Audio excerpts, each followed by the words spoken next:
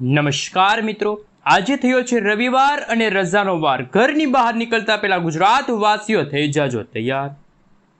આજે ગુજરાત રાજ્યના કયા વિસ્તારની અંદર આજે વહેલી સવારથી જ બપોર અને બપોરથી સાંજ દરમિયાન તીવ્ર મેઘગર્જના સાથે જોવા મળશે મિત્રો ગાજવીજ સાથેનો વરસાદ। જી હા દર્શક મિત્રો, અરબ સાગરમાંથી ભેજવાળા પવનો આવવાને લઈને 850 HP લેવલના સૌરાષ્ટ્રના અને દક્ષિણ ગુજરાતના વાતાવરણની અંદર આજે કેટલાક વિસ્તારની અંદર તો ફરી એકવાર તોફાની પવનો ફૂંકાશે। તોફાની વરસાદની સંભાવના પણ વ્યક્ત કરવામાં આવી છે।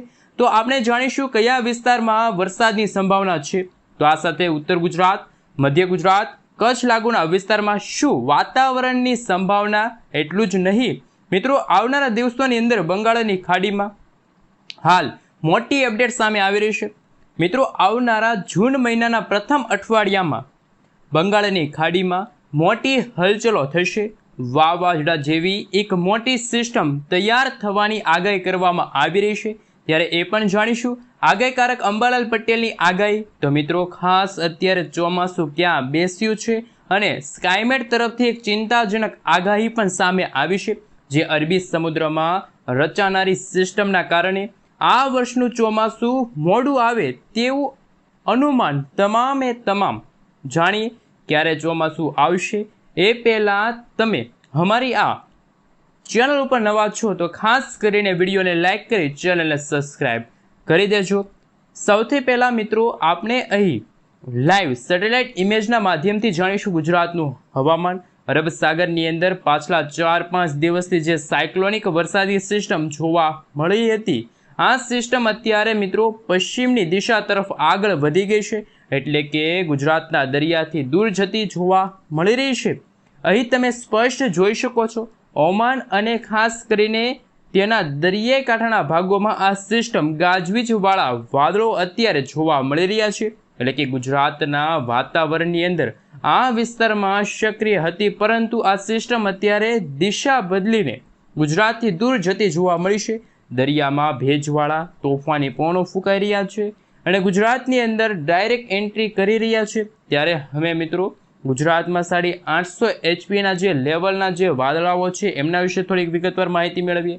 સૌરાષ્ટ્રની અંદર ભેજનું પ્રમાણ કેવું રહેશે, સાથે અંબાલાલ પટેલ દ્વારા ચોમાસાના નક્ષત્રને લઈને વાવાઝોડાને લઈને શું આગાહી વ્યક્ત કરવામાં આવી છે, વર્ષ 2026નું ચોમાસું કેવું રહેશે, શું વાવાઝોડા સાથે ગુજરાતમાં ચોમાસાનું આગમન થશે। સૌરાષ્ટ્રના અમુક વિસ્તારની અંદર જાણીશું જેમાં તીવ્ર મેઘગર્જના સાથે મિત્રો ધોધમાર વરસાદની આગાહી છે વ્યક્ત કરવામાં આવી છે। પહેલા મિત્રો તમે જોઈ શકો છો IMD તરફથી સમગ્ર ગુજરાત રાજ્યનો નકશો છે જાહેર કરવામાં આવ્યો છે। સાથે જાણીશું આગામી 3 કલાકમાં ગુજરાતના કયા વિસ્તારની અંદર વરસાદની રહેશે સંભાવના, જેમાં હાલ સૌરાષ્ટ્રના દરિયાઈ કાંઠે અને દક્ષિણ ગુજરાતના ભાગોમાં વીજળીના ગાજવીજ સાથે ધોધમાર વરસાદની આગાહી કે જે અંબાલાલ પટેલ અને હવામાન વિભાગ તરફથી જાહેર કરવામાં આવી। સૌથી પહેલા સૌરાષ્ટ્રના દરિયાઈ કાંઠામાં તમે જોઈ શકો છો, જેમાં હવે પછીની કલાકોમાં ભાવનગર, અમરેલી, ગીર સોમનાથ અને રાજકોટ જિલ્લાની અંદર ધોધમાર વરસાદ ગાજવીજ સાથે છૂટો છવાયેલો હળવો મધ્યમ વરસાદ જોવા મળશે। અને હવે પછીની કલાકોમાં સૌરાષ્ટ્રની સાથે દક્ષિણ ગુજરાતના ભાગોમાં જેમાં નર્મદા, તાપી, ડાંગ, નવસારી, વલસાડ, દમણ અને દાદરાનગર હવેલીના જે તાલુકા છે ત્યાં પણ વરસાદ જોવા મળશે। આ સાથે મિત્રો IMD તરફથી સમગ્ર ભારત દેશને લઈને ચોમાસાના સૌથી મોટા સમાચાર સામે આવી રહ્યા છે। વર્ષ 2026નું ચોમાસું કેવું રહેશે એમને લઈને પણ અનુમાન દર્શાવવામાં આવી રહ્યું છે। સાથે ગુજરાતમાં ચોમાસાનું આગમન કઈ તારીખે થશે અને અત્યારે ચોમાસું ક્યાં પહોંચ્યું છે એમના વિશે વાત કરીએ તો સૌથી પહેલાં ચોમાસાનું શરૂઆત અંદમાન નિકોબારના જે ટાપુ ઉપર છે થયું હતું, ત્યાર પછી આ ચોમાસું ધીમે ધીમે આગળ વધ્યું। શ્રીલંકાના ભાગોમાં ચોમાસાનું આગમન થઈ ગયું છે અને હવે પછીની કલાકોમાં જેમાં 72 કલાકની અંદર ચોમાસું છે એ સમગ્ર ભારત દેશના નીચાણવાળા વિસ્તારની અંદર એટલે કે કેરળના દરિયાઈ કાંઠે ચોમાસું છે એ આગમન લેશે। નૈઋત્યના ચોમાસાની શરૂઆત થશે, ત્યાર પછી ચોમાસું ઉત્તર દિશા તરફ આગળ વધશે, મુંબઈના દરિયાઈ કાંઠે પહોંચશે, એટલે કે 5 થી લઈને 10 જૂન વચ્ચે મુંબઈમાં ધોધમાર વરસાદ જોવા મળશે, ચોમાસાનો વરસાદ જોવા મળશે। ત્યાર પછી ચોમાસું છે એ મિત્રો આગળ વધીને ગુજરાતના દક્ષિણ ગુજરાતના ભાગોમાં લગભગ 10 થી લઈને 15 જૂનના સમયગાળા દરમિયાન ગુજરાતમાં નૈઋત્યના ચોમાસાના વરસાદ જોવા મળશે। અને અંબાલાલ પટેલે તો મિત્રો નક્ષત્રને લઈને પણ આગાહી વ્યક્ત કરી છે। વર્ષ 2026નું ચોમાસું કેવું રહેશે એમને લઈને અંબાલાલ પટેલે આગાહી વ્યક્ત કરી। એ પહેલાં અત્યારે IMD તરફથી સમગ્ર ભારત દેશનું જે સેટેલાઇટ ઇમેજ છે એમના વિશે વાત કરીએ તો આ અરબ સાગરનો દરિયો, આ બંગાળની ખાડી અને આપણું ગુજરાત. અત્યારે ઉત્તર ભારતના ભાગોમાં જે વરસાદી સિસ્ટમ હતી વેસ્ટર્ન ડિસ્ટર્બન્સ એ અત્યારે નબળી પડી, પરંતુ સાયક્લોનિક સર્ક્યુલેશનવાળી મજબૂત વરસાદી સિસ્ટમ અત્યારે અરબ સાગરના દરિયામાં બની છે. આ અરબ સાગરવાળી વરસાદી સિસ્ટમ કે જે આપણે એમને ચોમાસાની વરસાદી સિસ્ટમ પણ કહીશું. તમે લાઈવ જોઈ શકો છો, વરસાદી વાદળાઓ જોઈ શકો છો, કાળા ડિબાંગ વાદળોની વચ્ચે મેઘરાજા હવે ગુજરાતમાં મન મૂકીને વરસશે.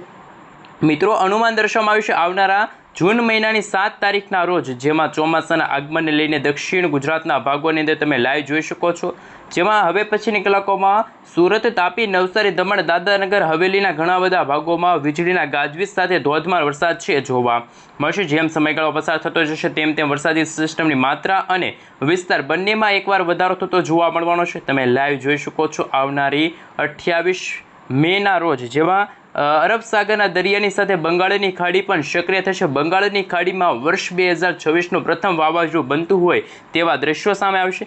ઉત્તર ભારતથી લઈને પૂર્વ ભારતના ભાગોમાં તમે જોઈ શકો છો જે વેસ્ટર્ન ડિસ્ટર્બન્સવાળી વરસાદી સિસ્ટમ હતી, તોફાની પવનોવાળી વરસાદી સિસ્ટમ નબળી પડશે, પરંતુ દક્ષિણ પૂર્વ અને દક્ષિણ પશ્ચિમની જે વરસાદી સિસ્ટમ છે બંને સક્રિય થશે અને ચોમાસાના આગમનની સાથે નૈઋત્યના ચોમાસાનું પણ પૂર્વ અનુમાન છે જાહેર કરવામાં આવ્યું છે. તમે લાઈવ જોઈ શકો છો, અત્યારે હવામાન વિભાગ તરફથી સમગ્ર ભારત દેશને લઈને નકશાઓ જાહેર કરવામાં આવ્યા છે. 30 તારીખનો નકશો પણ તમે જોઈ શકો છો. અરબ સાગર, બંગાળની ખાડી અને પૂર્વ ભારતના ભાગોમાં વરસાદી સિસ્ટમ છે અત્યારે ત્રાટકેલી જોવા મળી રહી છે.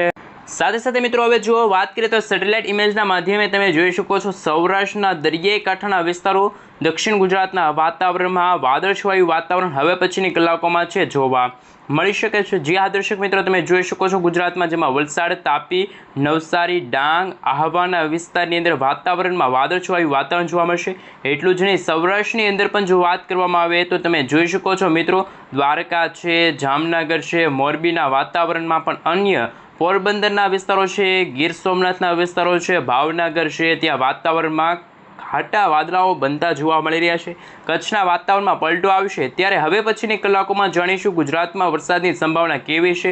શું ઉત્તર ગુજરાતના ભાગોમાં આજે મોટા ભાગે ફેરફાર જોવા મળશે કે પછી કેમ નહીં? સૌથી પહેલાં અત્યારે આપણે જાણીશું હવામાન વિભાગની જે લેટેસ્ટ આગાહી સામે આવી છે. આગાહીને લઈને મિત્રો નજર કરીએ. તમે જોઈ શકો છો હવે પછીના દિવસોની અંદર લાંબા ગાળાનું અનુમાન દર્શાવવામાં આવ્યું છે, જેમાં હવે એકસાથે 2 વરસાદી સિસ્ટમો સક્રિય થશે અરબ સાગરના દરિયાની અંદર, બંગાળની ખાડી અને ત્યાર પછી અત્યારે પેસિફિક મહાસાગરની અંદર પણ અત્યારે આ વાવાઝોડું છે એક ભારત દેશ તરફ આગળ વધી રહ્યું છે.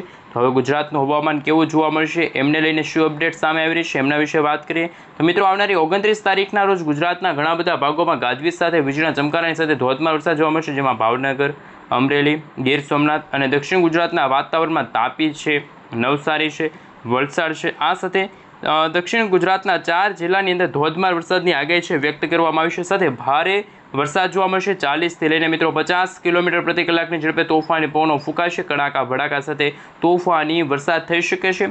અને તમે લાઈવ જોઈ શકો છો ગુજરાતમાં જેમ સમયગાળો પસાર થતો જશે તેમ તેમ ઘણા બધા ભાગોમાં વાદળછાયું વાતાવરણ, સાર્વત્રિક વરસાદ જોવા મળશે.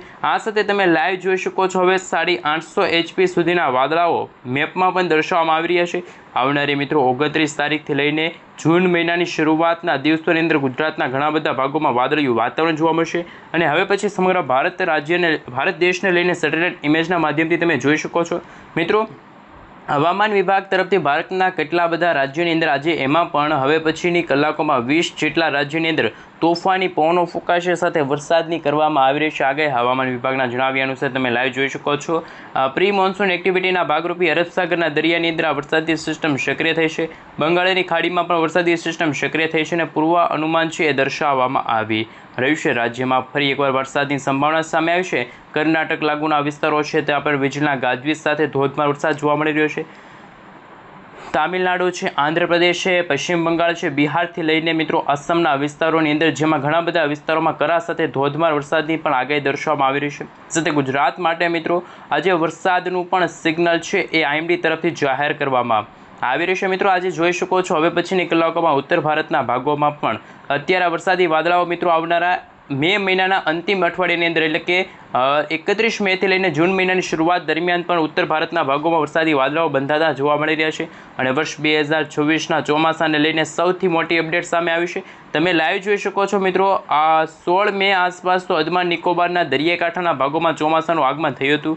ત્યાર પછી આ વરસાદી સિસ્ટમ ઉત્તર દિશા તરફ આગળ વધી રહી છે અને મિત્રો હવે પછીની કલાકોમાં જાણીશું શું ગુજરાતમાં ગરમી અને ઉકળાટમાંથી રાહત મળશે, કારણ કે ગુજરાતમાં છેલ્લા ઘણા બધા દિવસથી તો ગરમીમાંથી ઘટાડો થયો પરંતુ ઉકળાટ હજુ પણ યથાવત છે. અને ત્યાર પછી હવામાન વિભાગ તરફથી શું આગાહી વ્યક્ત કરવામાં આવી છે. ખેડૂતો માટે ચિંતાજનક સમાચાર સામે આવી રહ્યા છે.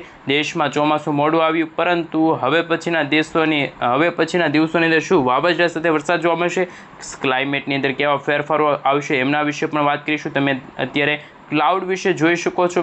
ગુજરાતના કયા કયા જિલ્લાની અંદર વાતાવરણમાં કેવી અસરો જોવા મળશે ગતિવિધિને લઈને. આમ તો મિત્રો તમે લાઈવ જોઈ શકો છો. આજે બપોર દરમિયાન ધીમે ધીમે ગુજરાતમાં ફરી એકવાર વાતાવરણમાં અસ્થિરતા જોવા મળશે. સૌરાષ્ટ્રના ઘણા બધા ભાગોમાં ગરમી અને ભેજના પ્રમાણની અંદર ફેરફાર જોવા મળશે. સાથે બપોરથી લઈને મિત્રો ગુજરાતના વાતાવરણમાં કદાચ 5 થી લઈને 6 વાગ્યાના સમયગાળા દરમિયાન તોફાની પવનો ફરી એકવાર ફૂંકાતા જોવા મળવાના છે આજે બપોર દરમિયાન. અને હવે પછી વહેલી સવાર દરમિયાન તો દક્ષિણ ગુજરાતના ભાગોમાં સુરત, તાપી, નવસારી, વલસાડ, દમણ, દાદરાનગર હવેલીમાં તો વરસાદ જોવા મળશે. આ સાથે જામનગર છે, રાજકોટના ઘણા બધા વિસ્તારો છે, ઘણા બધા તાલુકામાં તમે જોઈ શકો છો. ગ્રામીણ પંથકોમાં પણ વાતાવરણની અંદર અસ્થિરતા જોવા મળશે અને જેને લઈને મિત્રો આગાહીઓ છે કરવામાં આવી રહી છે. ઘણા બધા વિસ્તારોમાં મિત્રો હવે પછીની કલાકમાં 80 થી લઈને 90% સુધીના પંથકો છે કે જ્યાં તીવ્ર મેઘગર્જના સાથે ધોધમાર વરસાદ જોવા મળશે.